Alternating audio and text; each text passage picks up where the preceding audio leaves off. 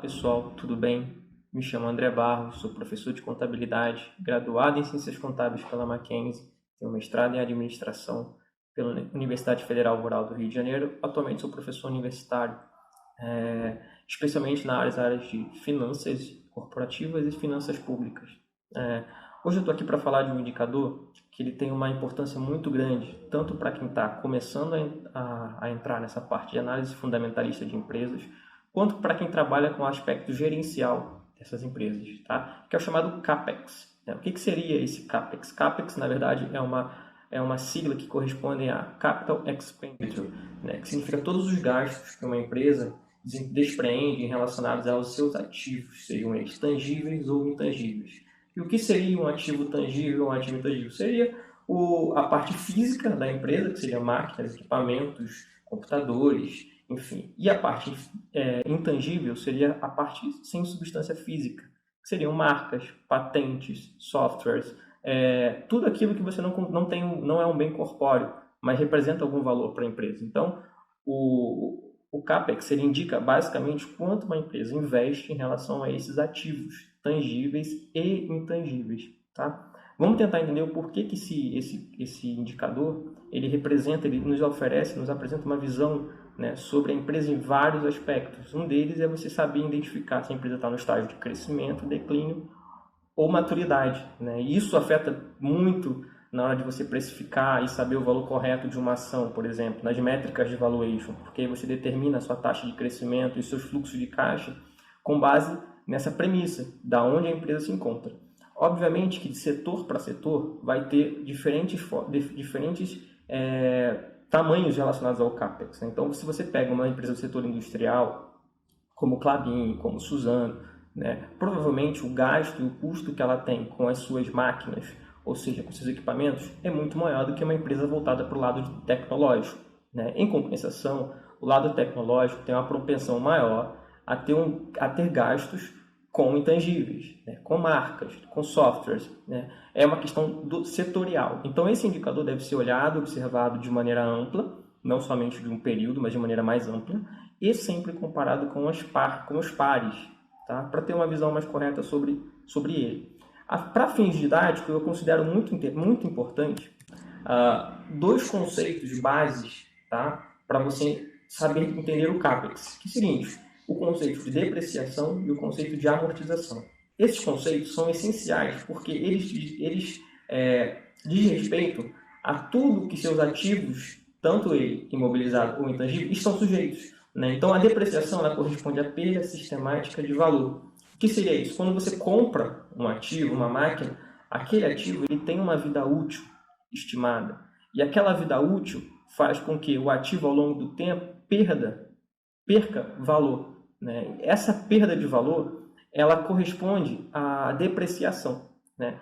Já a amortização ela tem a mesma lógica, o mesmo sentido da depreciação, porém ela é voltada para bens intangíveis. Então é a perda de valor relacionada a marcas, softwares, patentes, né, direitos, licenças, tudo aquilo que você vai perdendo esse valor ao longo do tempo, né? Como base para entendimento desses conceitos, eu sugiro aqui dois pronunciamentos contábeis que são muito relevantes, que é o CPC 27, que trata sobre ativo imobilizado, e o CPC 04, que trata sobre ativo intangível.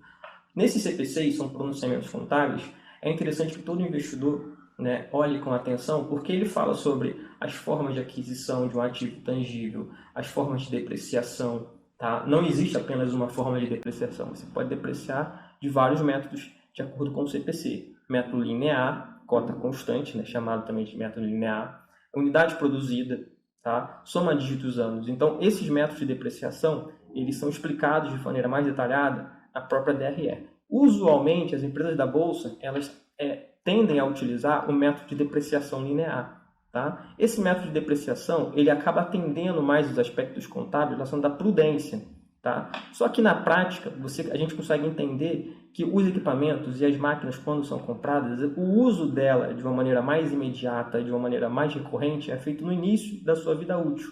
Mas quando você aplica o método linear, você distribui igualmente a depreciação para todos os anos de forma igualitária, tá? Mas isso não significa que na prática isso seja uma realidade, apenas que ela atende o princípio da prudência para fins de evidenciação contábil. A amortização não segue a mesma lógica. Você tem a vida útil de uma marca, a vida útil de uma licença, o prazo de uma licença, e aí esse prazo ele é amortizado com base no tempo, é a perda de valor. Tá? Então, essa perda de valor é relevante descobrir, relevante entender. Por quê? Porque ela é a base para você entender o quanto está sendo reinvestido na sua empresa, se o que você reinveste na sua empresa está repondo esses valores perdidos. Então, imagina que você comprou uma máquina, um equipamento. Esse equipamento dura 10 anos. Cada ano você perde um pouco do valor dele pelo uso natural, tá? E o que você está fazendo ao longo desse tempo para repor essa perda? Tá? Então isso é para as empresas que têm uma grande quantidade de ativos, você compreender o quanto ela está repondo dessas perdas é essencial para você saber a saúde, tá, patrimonial da empresa. Eu coloquei como exemplo bem simples aqui o exemplo de uma depreciação aplicada, uma depreciação e amortização. Ambos os casos eu tenho uma máquina e um software que valem 30 mil e eles têm uma vida útil de 5 anos. Portanto, a cada ano aí, ó, eu vou depreciar 6 mil reais. Tá? O que eu vou para efeitos didáticos, eu vou desconsiderar aqui ó, a questão do valor residual. O que seria o valor residual, especialmente na depreciação? Quando você aplica a perda de valor de um bem tangível, tá? Ao final do período, o bem continua existindo. Tá? A parte física dele não evapora, não some. Então, ele continua existindo e tendo propriedade física. Aquela propriedade física ela tem um valor, algum valor de mercado ainda, tá? Apesar de você ter depreciado. Isso é chamado valor residual dos bens. Para fins didáticos, nós vamos desconsiderar esse valor residual, vamos considerar como se essa máquina, esse software, fosse totalmente depreciado ao longo dos 5 anos, tá? Reduzindo o seu valor a zero. Tá? Mas é só para fins hipotéticos e didáticos. Né? Então aqui eu teria uma despesa de anualmente, né? Pelo princípio da competência DRE, a despesa é feita anualmente. Então anualmente a gente teria uma despesa de 6 mil reais, tanto de depreciação quanto de amortização, somando 12 mil reais. Então se a gente fosse pegar uma nota explicativa de maneira mais clara, né, você teria lá a máquina, pelo custo que eu paguei, 6 mil de depreciação acumulada e 6 mil de amortização acumulada, totalizando uma despesa anual de 12 mil, tá, de perda de valor dos meus ativos, especialmente os ativos voltados para a parte estrutural. Né? Essa perda de valor, eu tenho que comparar ela e saber se a empresa está repondo ou está conseguindo, pelo menos, equiparar esse valor perdido. Né? E aí, quando eu olho para a DFC. Na DFC, eu tenho uma estrutura com 3 grupos, que é o primeiro grupo é a estrutura de atividade operacional, a atividade de investimento e o terceiro, atividade de financiamento. No operacional, eu tenho tudo que a empresa gera de caixa relacionado às suas operações. Então, compra de mercadoria, pagamento de fornecedor, receita de vendas. Tudo que eu tenho relacionado à operação. No investimento, é tudo aquilo que a empresa faz para investir, tá, no negócio. Independente se a operação principal ou não. Então, tudo aquilo que eu faço de investimento na empresa, inclusive a compra de ativos imobilizados e ativos intangíveis, entra no grupo 2 de investimentos. E o terceiro grupo é o grupo de financiamento, que corresponde basicamente ao aumento de capital, aquisição de empréstimos para se alavancar. Então, a estrutura da DFC ela contém esses 3 grupos. A gente vai olhar especificamente para o grupo 2, tá? Que é onde tem essa atividade de investimento, que é uma linha, uma rúbrica específica, tá? Da DFC. No caso aqui hipotético, eu coloquei como aquisição de imobilizado 10 mil, entre parênteses negativo, porque representa a saída de caixa, e aquisição de intangível 4 mil, também negativo, que representa a saída de caixa. Então eu tenho um CAPEX de 14 mil, tá? E tenho uma depreciação anual de 12 mil. Nesse caso hipotético aqui, eu teria, tá, um saldo positivo de investimento, porque estaria sobrando, estaria compensando os 12 mil que eu perdi com 14 mil que eu fiz de aquisição. Tá? Para ficar uma coisa mais prática, eu trouxe aqui o fluxo de caixa da Ambev. Né? Então aqui a gente tem, basicamente eu fiz um recorte aqui do segundo TRI de 2020. Isso aqui você teria que olhar de maneira mais ampla. Tá? Mas o recorte do segundo TRI de 2020, né, o que eles nos mostram? Eles mostram o seguinte: eu tive um lucro líquido, tá? E esse lucro na DFC ele é ajustado. O que seria isso? Você ajusta o seu lucro com tudo aquilo que não afetou o caixa. Então, por exemplo, a depreciação, as provisões para devedores duvidosos, né, elas são cálculos de estimativas, mas elas não representam saída financeira. Então, você faz um ajuste, mas você apresenta essa depreciação do período nesse ajuste. Tá? Então, aqui eu tenho o seguinte, eu tenho uma depreciação ali, a amortização impairment, que seria a perda, né, de 1.302 milhões. Tá? Esse aqui é a medida de depreciação. E lá embaixo, eu tenho uma aquisição de ativo intangível de 807 milhões, tá? Aproximadamente. Então, eu tenho a despesa que eu tive no período e eu tenho a aquisição que eu fiz no período. Então, na DFC, eu já teria essas duas informações.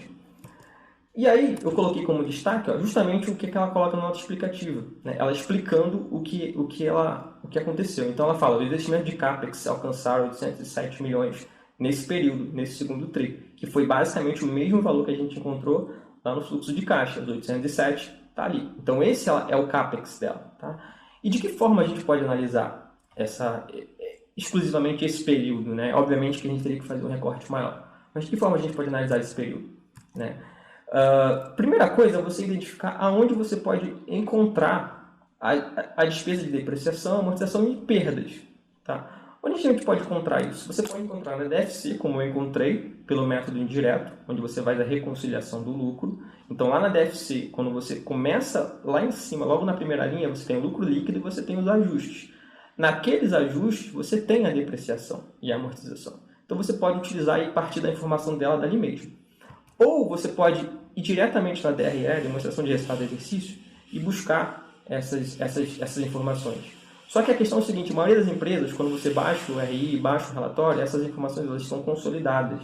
Tá? Então ela está dentro de. Ela acaba vindo junto com outras despesas.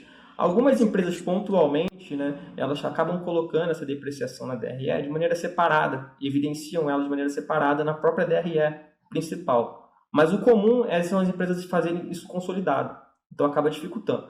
E por fim, na nota explicativa, que eu acho que é o meio mais eficiente, que é você identificar na nota explicativa as adições e subtrações relacionadas a cada conta. Por quê? Os pronunciamentos contábeis, eles indicam que cada empresa tem que ter um controle em nota explicativa dizendo quanto ela tinha de ativo, quanto ela comprou, quanto vendeu, e aí tem toda a movimentação desses ativos. Tá? E aí, como já sabemos que o CAPEX da Ambev foi 807 milhões, nós temos que partir para a segunda parte da análise, que é saber usar esse indicador. Enfim, a análise. A primeira fórmula que eu considero muito relevante para usar esse indicador é o CAPEX dividido pela amortização mais depreciação. Então, a gente sabe que o nosso CAPEX é de 807 milhões e a amortização mais depreciação 1 bilhão 302 milhões, né, aproximadamente. E aí o que a gente faz? A gente calcula um indicador, né, divide um pelo outro, e eu achei um valor, que foi 0,61. O que significa isso? Sempre que esse indicador der maior que 1, significa que a empresa está repondo, né, o que ela perde de ativo, tá, ela está conseguindo repor. Sempre que der menos que 1, significa que a empresa não está repondo suficientemente os ativos de acordo com as suas perdas. Obviamente que aqui é um período, tá? Eu estou pegando um trimestre, o ideal é fazer um recorte bem maior de tempo. E aí você entender a política da empresa como um todo relacionada a esses ativos. Pode ter tido uma alteração política, pode ter tido uma venda específica ou uma compra que não foi realizada no momento, mas que está sendo planejada para o futuro. Então isso é importante saber. O segundo ponto aí, é você pegar o CAPEX sobre o lucro líquido. O lucro líquido está na DRE ou no início da DFC, na parte do ajuste. A partir disso, eu consigo saber o percentual do lucro que uma empresa está investindo em ativos. Tá? Qual é o valor ideal disso? É muito difícil você estimar o valor ideal desse percentual, porque isso deve ser feito em comparação aos setores, aos pares e ao processo e o nível atual que a empresa se encontra. Tá? Mas isso nos dá um indicador de comportamento ao longo do tempo. Então, por isso que o recorte deve ser feito por um tempo maior. O CAPEX, nesse caso aqui, é CAPEX sobre o lucro líquido. Então, nesse caso, eu tenho 63% do meu lucro investido em ativos. Tá? Esse número poderia ser maior? Poderia ser um percentual maior que 100? Poderia. Significaria que a empresa ela investe muito mais do que ela gera de lucro em ativos. Tá? E aí a gente teria que ver a qualidade dessa geração, o nível dessa geração e o porquê desse tipo de geração, especialmente as políticas que estão em volta disso. O terceiro indicador, que é o CAPEX sobre o fluxo de caixa operacional. Aí sim, no fluxo de caixa operacional, eu considero o quanto a empresa investe em relação ao que ela gera de caixa efetivamente. Né? Então, aqui nesse caso, eu tive 44% daquilo que é caixa. Porque no lucro líquido eu tenho algumas, como eu falei, algumas contas que elas acabam não afetando o caixa diretamente. Por fim, na última parte, eu tenho o CAPEX sobre o fluxo de caixa operacional, que é o seguinte, é o percentual de caixa gerado, tá? E aplicado em investimento de ativos. Mas esse aí é proporcional ao que eu tenho de caixa, não é relacionado ao lucro. Por quê? Porque o que eu tenho de caixa, o lucro, ele na verdade ele pode representar valores que não necessariamente afetam, interferem no meu caixa. Então, para ter uma visão mais exata relacionada ao caixa e disponibilidade, tá? A gente utiliza também como um bom parâmetro o CAPEX sobre o FCO, fluxo de caixa operacional. Tá? Esses três indicadores devem ser utilizados comparando empresas do setor, tá? Identificando períodos e estágios em que a empresa se encontra, analisando o recorte temporal desses estágios, tá? Comparando com as políticas econômicas e as políticas empresariais, as mudanças. Então, a gente pode ter setores em que passam por um índice de intangibilidade maior do que imobilização. É muito comum isso no setor bancário, por exemplo. Você tem a tendência atual, o número de se nós analisarmos a quantificação do imobilizado, né, dos bancos, ele tem caído ao longo do tempo, enquanto que o intangível tem crescido, especialmente pela questão de propriedade física, está reduzindo consideravelmente. Tá? Então, pessoal, é isso. Espero que tenha ficado claro. Se inscreva no canal, curte o vídeo, compartilhe e até mais.